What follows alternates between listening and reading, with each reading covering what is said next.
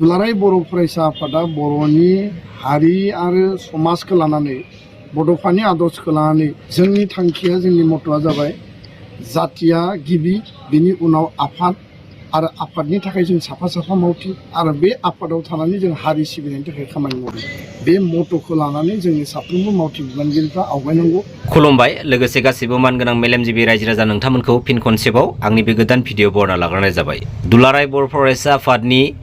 दानि आफादगिरि बिबानाव थानाय मानगोनां दिपेन बर' आदाया मिडियानि सिगाङाव मोनसे बाथ्राखौ फोरमायथिदों जे फैगौ 10 जुलाइआव एबसुआ गेरेमसा बर' हारि दानायनि मोन्थोरजों 1000 हारिमुवारि गाननाय जोमनायजों रड मार्च हाबाफारि माने लानाय जागोन फैगौ 10 जुलाइआव। दा दिनैयो हाबाफारि बायदियै जोबोद माने बाख्नायजाथाव मोजांनि बाथ्रा। नाथाय बे 1000 हारिमुवारि गाननाय जोमनायजों जा मोनसे रड मार्च खालामनो थांगासिनो दङ बेनि आन्दोआवबो पलिटिकेलि माबा मोनसे बेनिफिट्सखौ लानानै आन्दोआव खामानि मावनाय जुदि जायोब्ला बे जुदि थारैनो जुदि मोगथां महर मोनोब्ला बेनि थाखायसो माने जोबोद साननो गोनां बाथ्रा दं होननानै आं सानो। दिनैनि बे समाव जोंनि बर' हारिखौ गेरेमसा माहारि महरै फसंथानो थाखाय जोंनि बर' हारिनि बिखानिफ्राय हाजार हाजार बर' फिसाफ्रा जुजिनानै बर' हारिनि थाखाय दावहा नांनानै गावबा गावनि बेसेन गोसा जिउखौ गोथारथि महर होनानै दिनैयो रुंसारि जालांदोंमोन। दा जों बैसोरनि गोथारथि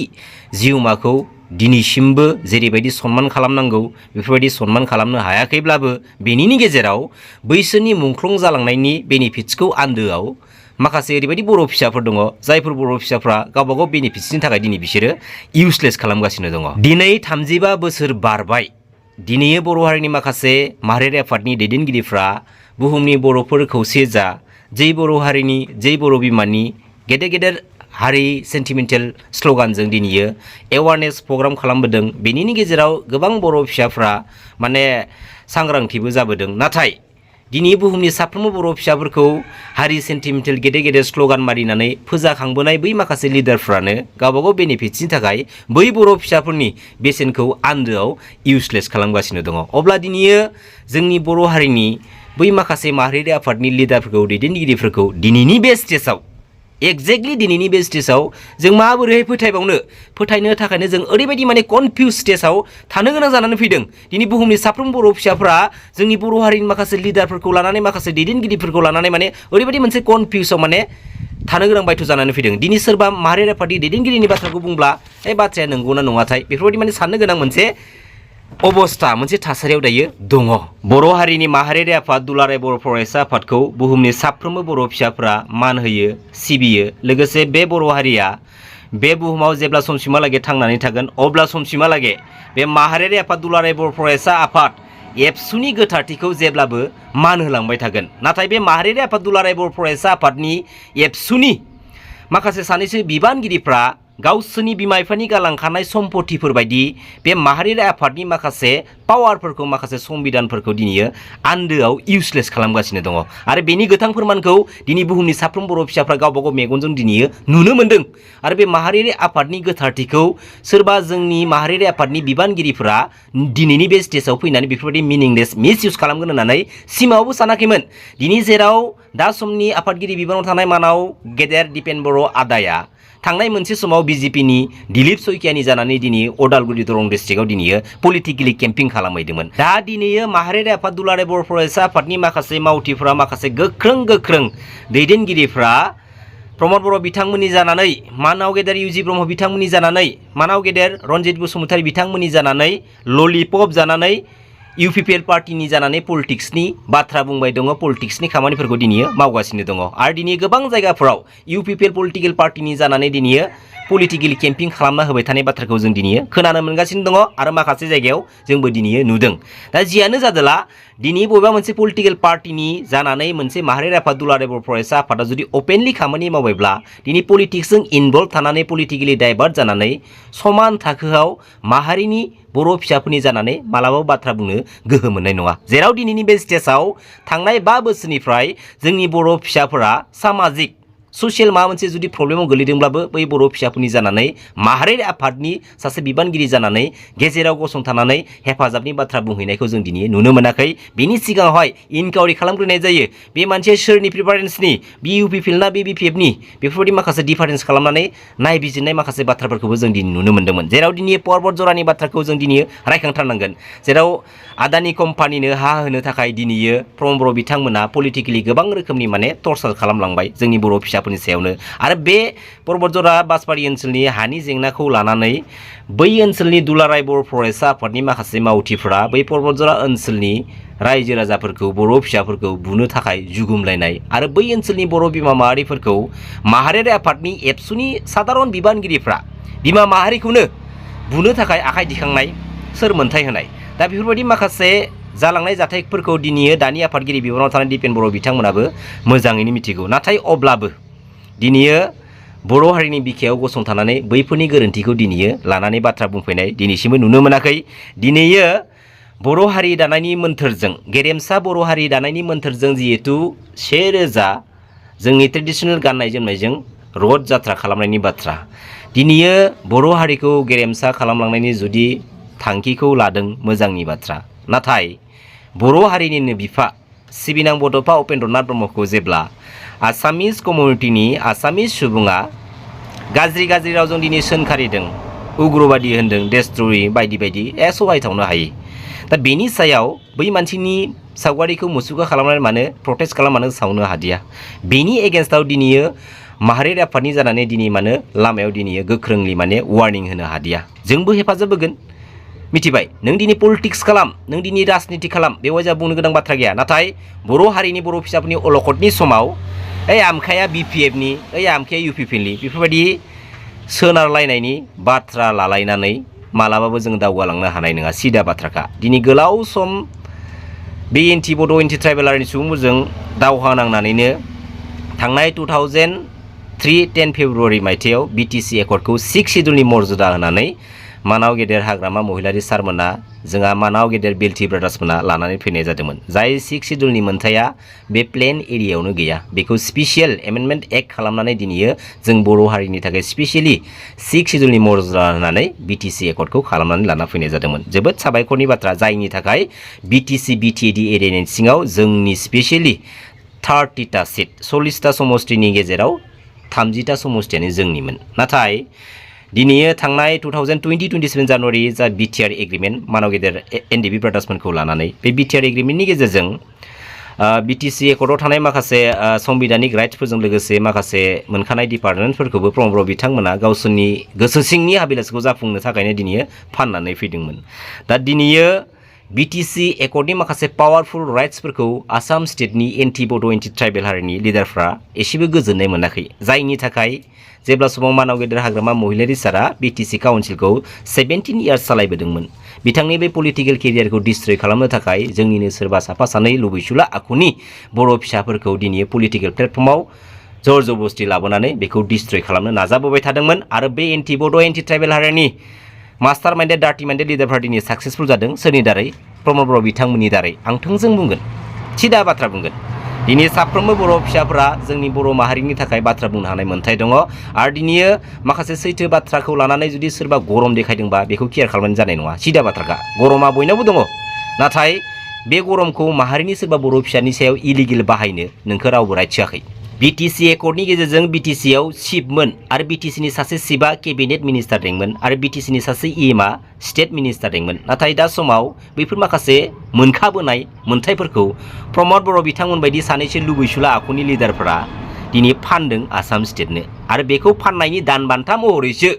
प्रमद बर' बिथांमोन बायदि सानै साथाम साब्रैसो लिमिटेड लिडारफ्रा दिनैयो बेबायदि सियाराव जिरायनो खाबु मोन्दों। आरो बैफोर लिडारफोरानो दिनैयो बिटिसिनि माखासे पलिटिकेल सिस्टेमखौ नायनानै प्रमद बर' बिथांमोनखौ दिनैयो जोगारदों। दिनै 17 इयार्सआव बे आसाम स्टेटनि पलिटिकेल लिडारफ्रा जोंनि बिटिसि काउन्सिलाव एन्ट्रि मारिनो हायाखैमोन। आरो दिनैयो बै समनिफ्राय मानाव गेदेर हाग्रामा महिलारि सारा बिसोरखौ एन्ट्रि मारिनो हायाखैमोन मिथिबाय। एलायन्सआव थादों नाथाय बिसोरनि आथिं सिङाव थायाखै। बिसोर नाजादों नाथाय बिसोरखौ जेबो स्कप होआखै। बेफोरबायदि जा लिडार जानोबा बेफोरबायदि जा मिथिबाय दिनै नोंनि न'आव थाखानाय बुस्थुखौ फाननानै जोंनि गेजेरावनो लिडार जाफैनाया बे मिनिंलेससो मिथिबाय जायनि थाखाय दिनै प्रमद बर' बिथांजों दैदेनजानाय इउपिपिएल पार्टिनि माखासे वर्कार्सफ्रानो मावथिफ्रानो गावजों गावनि गेजेराव साधारन मोनसे इस्युखौ लानानै दिनै न'आव थांना बुहैलायो गावथारहैलायनो पिस्तल लानानै दिन थाङो बेसे लासिं सिंनि बाथ्रा जाय लिडारा गावनि वर्कार्सफोरखौ गावनि मेम्बार्सफोरखौ दिनै गोजोन होनो हायाखै बे लिडारा मालाबाबो जोंनि बर' रायजो राजाखौ गोजोन होनो हाया दिनै जों मानि थाखाय सोमावसारदोंमोन सोमावसारनायनि गुबै थांखिफोरा मा हा दिनै जेराव प्रमद बर' बिथाङा पलिटिकेल सिस्टेमाव एन्ट्रि मारि फैनाय लोगो लोगोनो 17 बोसोरनि गेजेराव 2008आव 2012आव जालांनाय जाथायफोरखौ रायखां पलिटिकेल इस्यु खालामबाय थायो बे 2008आव जानाय 2012आव जानाय माखासे दाङाबाजि जाथायफोरा सोरनि थाखाय जादों सोरबा हाग्रामा महिला सारिनि थाखाय जादों नामा सोरबा प्रमद बर'नि थाखाय जादों नामा सोरबा मानव गेदेर रन्जन दैमारि सारिनि थाखाय जादों नामा हा जोंनि बर' हारिनि थाखायसो जादों बर' हारिनि थाखाय बे बर' हारिखौ डिस्ट्रय खालामनायनि थांखिजों बेफोरबायदि माखासे खामानिफ्रा एन्टि बड' एन्टि ट्राइबेल हारिनि माखासे मास्टार माइन्डेड पलिटिकेल इस्युनि गेजेरजों जालांदों दिनैयो बे 17 इयार्सआव जाय बाथ्राखौ दिनै प्रमद बर' बिथांमोना रायखां पलिटिकेलि इस्यु खालामबाय दङ ना बे एक्सुअलि थोंजोङै मानगोनां एनडि ब्रादार्समोनखौ मानहानि खालामनाय जादों खारन बे 17 इयार्सआव मानव गेदेर एनडि ब्रादार्समोना हारिनि थाखाय आखाइ आइजें लानानै हाग्रायाव दावहा नांनो थाहैदोंमोन आरो बै समाव स्टेट गभर्नमेन्ट आरो सेन्ट्रेल गभर्नमेन्टजों दावहा नांबाय दंमोन मानव गेदेर एनडि ब्रादार्समोना आरो बे 17 इयार्सआव जालांनाय दुखुनि जारिमिन बाथ्राफोरखौ रायखां प्रमद बर' बिथाङा पलिटिकेल इस्यु खालामबाय दंना पलिटिकेल इस्यु खालामनानै डायलग मारिबाय दंना बे 17 इयार्सआवनो बर' हारिनि माहारियारि आफाद दुलाराय बर' फरायसा आफादनि लिडिंआव गणतान्त्रिक लामाजों सेपारेट स्टेट बड'लेण्ड डिमान्डआ गोख्रोंनिफ्राय गोख्रोंसिन जाबाय दंमोन अब्ला दिनै प्रमद बर' बिथांनि बेफोरबायदि जालांनाय दुखुनि जारिमिनफोरखौ रायखां पलिटिकेल इस्यु खालामनाया स्पेसियलि थोंजोङै मानव गेदेर एनडि ब्रादार्समोननि बर' हारिनि थाखाय दावहा नांनायखौ मानहानि खालामनाय जादों दिनै बर' हारिनि माहारियारि आफाद दुलाराय बर' फरायसा आफादनि गणतान्त्रिक लामाजों बड'लेण्ड सेपारेट स्टेट लानानै दावहा खालामनायखौ दिनैयो मानहानि खालामनाय जादों दिनैयो गावबागाव पलिटिकेल बेनिफिट्सनि थाखाय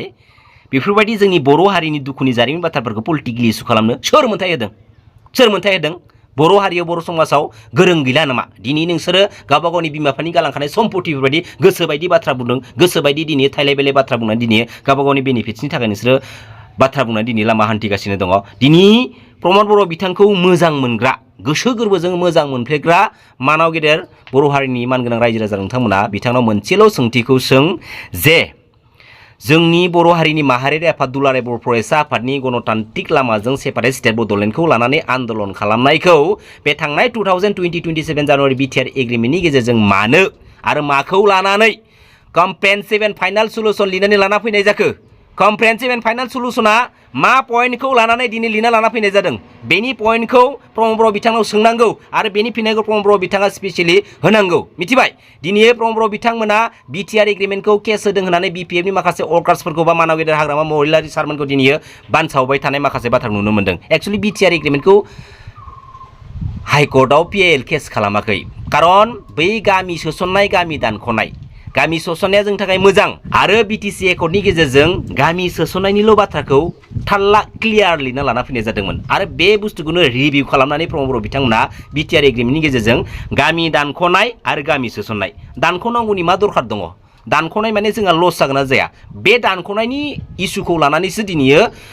हाइकर्टआव दिनैयो पिएल केस खालामनाय जादों बे बाथ्राखौ बुजिना लानाया जोबोर मोजां दिनै पलिटिकेल लिडारफोरा गावबा गाव बेनिफिट्सनि थाखाय दिनै जानला मोनला डायलग मारियो आरो बांसिनै दिनै प्रमद बर' बिथांमोना जोंनि बर' हारिनि बिखायाव जालांनाय दुखुनि जारिमिनफोरखौ लानानै दिनैयो पलिटिकेल इस्यु खालामबाय थानायखौ जों नुनो मोन्दों आरो स्पेसियलि बिटिसि दानि फरेस्ट डिपार्टमेन्टनि इएम मानव गेदेर रनजित बसुमतारी नोंथांनि पलिटिकेल माखासे डायलगफ्रा बुंनायफ्रा दिनैयो सोरबा सासे बर' फिसा लिडार बा दैदेनगिरिखौ पार्सनेलि एटाक खालामनाय जायो दिनै जोंनि बर' फिसाया बहाबा 100 बिघा हा बायनानै प्रपार्टि आरजिनानै सापातफोर खालामदों मोजांनि बाथ्रा नोंबो खालाम नोंनि डेभलप बैनि डेभलप आंनि डेभलप जोंनि हारिनि डेभलप ना होमबा दिनै सोरखौबा पार्सनेलि इनकाउन्टार खालाम पलिटिकेल इस्यु खालामनो मा दरखार दङ बेफोरबायदि पार्सनेलि पलिटिकेल इस्यु खालामनायाथ' जोंनि बर' हारिनि गेजेराव दुंहाव मोनसे थासारिखौ सोमजिहोयो बेनि अनगा जेबो नङा आरो जोंनि बर' हारिया दिनै नङा गाबोन नङा मोनसे समाव सोमावसारफिनखानांगोन बे गणतान्त्रिक लामाजों आरो बे सोमावसारनाया फैबाय थानाय समाव सानसे समाव जागोन आरो जेब्ला जागोन बे सोमावसारनाया सोरबा दुलाराय बर' फरायसा आफादनि लिडिंआव जाया सोरबा एनडिबिनि लिडिंआव जाया सोरबा बिएलटिनि लिडिंआव जाया बे सोमावसारनाया बर' हारिनिनो ए टु जेड गोनांथि जायोबा न'खर न'खर आखायाव आइजें लानानै बेखौ जों सोमावसारनांगोन मिथिबाय दिनै 2009आव दुलाराय बर' फरायसा आफादनि आफादगिरि बिबानखौ मोननानै प्रमद बर' बिथाङा 11 बोसोर 11 बोसोर लिडिं खालामनाय समावनो जोंनि बे गणतान्त्रिक लामानि बड'लेण्ड मुभमेन्ट खालामनायखौ दिनै डिस्ट्रय खालामदों बे थांनाय बिटिआर एग्रिमेन्टनि गेजेरजों अब्ला दिनै प्रमद बर' बिथाङा दुलाराय बर' फरायसा आफादनि आफादगिरि बिबानाव थानानै आन्दोआव गावनि बेनिफिट्सनि थाखाय दिनै खामानि मावबोबाय थागोना थायाखैमोन बेनि गोथां फोरमानाथ' थांनाय 2020-27 जानुवारि बिटिआर एग्रिमेन्ट नंगौना नङा मानगोनां रायजो राजा नोंथांमोन पलिटिकेल इस्युखौ लानानै बा जायखिजाया साधारन इस्युफोरखौ लानानै जों गावनि गेजेराव बिदा फंबायनि गेजेराव नांलायनांगौनि बुलायनांगौनि होसोलायनांगौनि जेबो दरखार गैयाथ' जोंखौ मिनिबाय दं मिथिबाय आरो बेफोरबायदि खालामनो थाखायनो बे जोंनि बिटिसि पलिटिकेल सिस्टेमनि गेजेरजों बे एन्टि बड' एन्टि ट्राइबेल हारिनि मास्टार माइन्डेड डार्टि माइन्डेड लिडारफ्रा दिनै सुबिदा लागासिनो दङ मिथिबाय सुबिदा लागासिनो दङ सोरबा सासे बर' फिसाफोरखौ दिनै सिएमनि गादियाव फज'दों आरो माखासे बर' फिसाफोरखौ दिनै इलिगेलि बे पलिटिकेल पावारफोरखौ बाहायनानै दिनै आलाय सिलाय खालामगासिनो दङ हा दिनै गोजोननि थाखाय बबेबा माबा माबि इन्डास्ट्रिखौ मोननो थाखाय जोंनि बर' हारिया सोमावसाराखै आरो हाखौ लानानै पलिटिकेल इस्यु खालामनिफ्राय गोजानाव था मिथिबाय 1886 मायथाइयाव ब्रिटिश गभर्नमेन्टआ जों ट्राइबेल हारिखौ सेफटि रैखाथि खालामनो थाखाय स्पेसियली जों ट्राइबेलफोरनि थाखाय ट्राइबेल बेल्ट्स एन्ड ब्लक्सखौ दानानै गालाङो आरो बे ट्राइबेल बेल्ट्स एन्ड ब्लक्सआ 1947 मायथाइयाव आसाम स्टेटनि गिबिसिन चिफ मिनिस्टार मानाव गेदेर गपिनाथ बरदलै बिथांनि दिनावनो इमप्लिमेन्टेसन खालामजायो दा 1947 मायथाइयावनो इमप्लिमेन्टेसन खालामजानाय बे जोंनि ट्राइबेल बेल्ट्स एन्ड ब्लक्सनि इस्युआ दिनैसिमबो क्लियार गैया दिनै जोङो ट्राइबेल हारिनिफ्राय हाजार दिनै लिडार जालांबाय हा नाथाय दिनैसिमबो जोंनि बे ट्राइबेल हारिनि इस्युखौ एसेबो बाथ्रा बुंदिया एसेबो दिनै स्ट्रंलि दिनै माबा खालामदिया दिनै जाय लिडारा ट्राइबेल बेल्ट एन्ड ब्लकनि इस्युखौ लानानै दिनै सावरायनो थाङो बै लिडारा बै एन्टि बड' एन्टि ट्राइबेल हारिनि लिडारफोरनि इएसमेन जाना थायो ललिपप जानानै दिनै सिरि थायो दिनै जोंनि बे बिटिआर ओनसोलनि सिङाव जेसेबांखिनि ट्राइबेल बेल्ट एन्ड ब्लकनि हाफोर दङ नन ट्राइबेल हारिनि मानसिफ्रा दखल खालामनानै दङ आरो जोंनि हायाव दखल खालामनानै थानाय बै नन ट्राइबेल हारिनि सुबुंफोरासो जोंनि सायावनो आरोबाव पलिटिकेलि माने गेम प्ले खालामबावो जोंनि हायाव थानानै जोंनि बर' बिमा माहारिखौ जिनाहारि खालामनानै फुथारो जोंनि हायाव थानानैनो जोंजोंनो आरोबाव सेखा जं रुवा लानानै दानलाय सुलाय खालामबावो एसेबां अबेनिफ्राय गोहो मोनदों बे जोंनि ट्राइबेल बेल्ट एन्ड ब्लकनि हायाव जायफोर नन ट्राइबेल हारिनि सुबुंफोरा दखल खालामनानै दङ बैसोरखौ इभिक्सन खालामनो थाखाय कर्टनिफ्राय स्पेसियेलि नटिस हरग्रोनांगौनि जेबो दरखार गैया भारत हादरनि संबिधान बायदिब्ला बेखौ उइदाउट एनि नटिस इभिक्सन खालामनो हायो गभर्नमेन्टआ दा जों बे बाथ्राखौ लानानै आसाम स्टेट आरो सेन्ट्रेल गभर्नमेन्टखौ जों प्रेसाराइज खालामनो हानांगोन बेनि उनावसो पलिटिक्सखौ जोङो नोंसोरजों सापर्ट होगोन जों नोंखौ बेफोरबायदि हेफाजाब होगोन बेफोरबायदि माखासे पलिटिकेलखौ सिंजों दिनै स्टेन्ड खालामनो हानाय बा स्टेन्डखौ पावारफुल खालामनो हानाय लिडारफोरासो दायो लिडिं खालामनांगौ जोंनि पलिटिकेल सिस्टेमखौ नाथाय गावबागाव बेनिफिट्सनि थाखाय क्रर बिल्डिं लुनो थाखाय कौटि थाखानि गारि बायनो थाखाय प्रपार्टि आरजिनो थाखायल' दिनै नांथाबना जा दिनै पलिटिकेलि केम्पिं पलिटिकेलि डायलग मारिगासिनो दं दा बेफोरबायदि जालांनाय जारिमिननि बाथ्राफोरखौ रायखां बुरखां डायलग मारिबाय थानाया पलिटिकेलि खालामनो नाजाबाय थानाया एक्सुवेलि जोंनि गेजेराव बै गारबोनाय समनि बायदि दुंहाव थासारि लाबोनायनिसो मोनसे लामा दिनैयो गोरनासे खखाबसे मोनखाबाय मा जादों मा जायाखै जों बर' हारिनि बिखायाव मा जादों मा जायाखै लाजियाखै नोंसोरो मा जादों मा जायाखै जोंनि बर' हारिनि बिखायाव गावजों गावनि गेजेराव माने सैमा अमा बायदि गावथारलायनाय होसोलायनाय दावहा नांनाय जाय आइजेंखौ हारि रैखाथिनि थाखाय लानानै फैदोंमोन बे आइजेंजोंनो गावजों गावनि गेजेराव सैमा अमा बायदि होसोलायनानै बुथारलायनाय गावथारलायनाय मोनसे सम थांदों दिनै बैफोरबायदि गोथां दुखुनि जारिमिनफोरखौ दिनै जों गोसोआव लानानै जों मिथिबाय गोनासे खखाबसे जों मोनबोखाबाय अब्लाबो दिनैसिम एसेबो सेन्स गैया ना बेखौनो लुबैबावदों